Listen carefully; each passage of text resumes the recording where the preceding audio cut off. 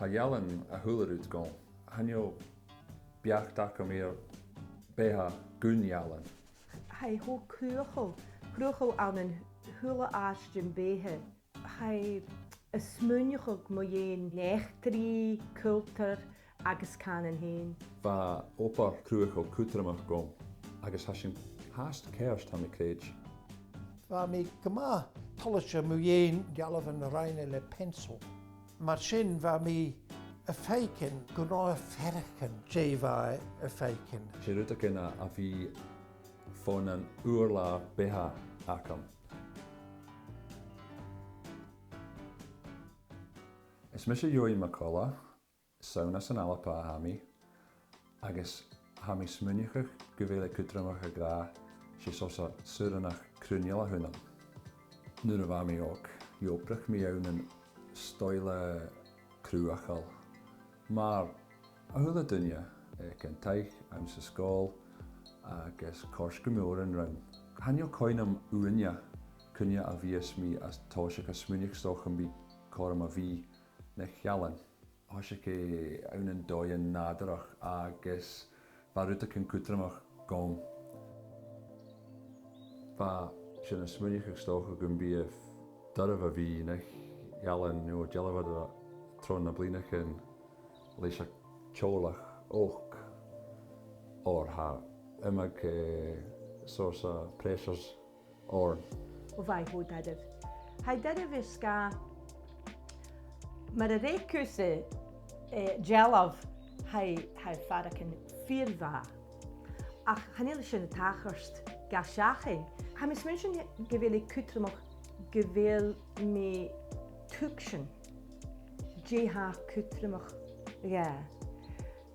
An go bhfuil ealain páirsmór dina bheatha join.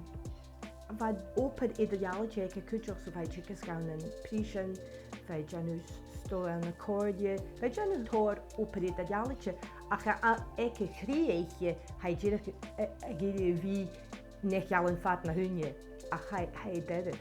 A díreach an bheatha acinn sa bha an tuag acinn sa, so bha mi teolachte a bhí a struglachach ord ar a thuamh sa mo practise cruachó cúteacht.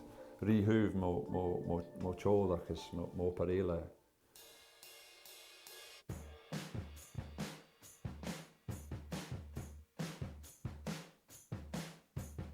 Ha mi smúneachach stocha go bhfuil áite an rútas cothromachadh an san ópan acham. Áite agus aranocht agus muintearan agus na NicColla étara agus na NicColla Tarraing leis na áitechan far a bhfuil sin a fuarach.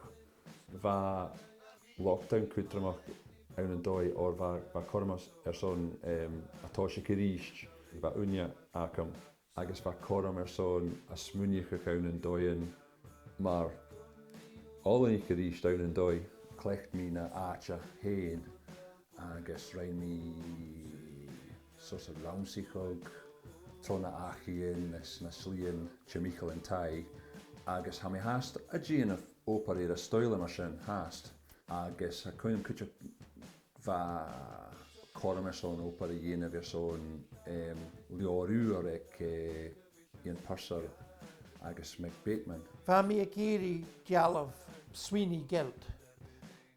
Agus seo an dealamh Raine na chai Sweeney as a chiel fige furste díreach a dealamh dúine as a chiel. Chad a Raine rut mar sin se dúine le glíchas an. Sin an över thuig mi gon roi tiction dé hachast Sweeney.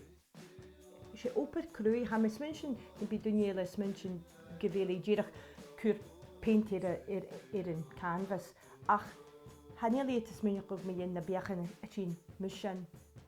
Anail mi fasc neo fasc ar críoch ar mópar. Ha ima gópar háast hacham is an a dhéanamh agus ha mi a cóiad ar ord an ath céimean agus na corman sa tín.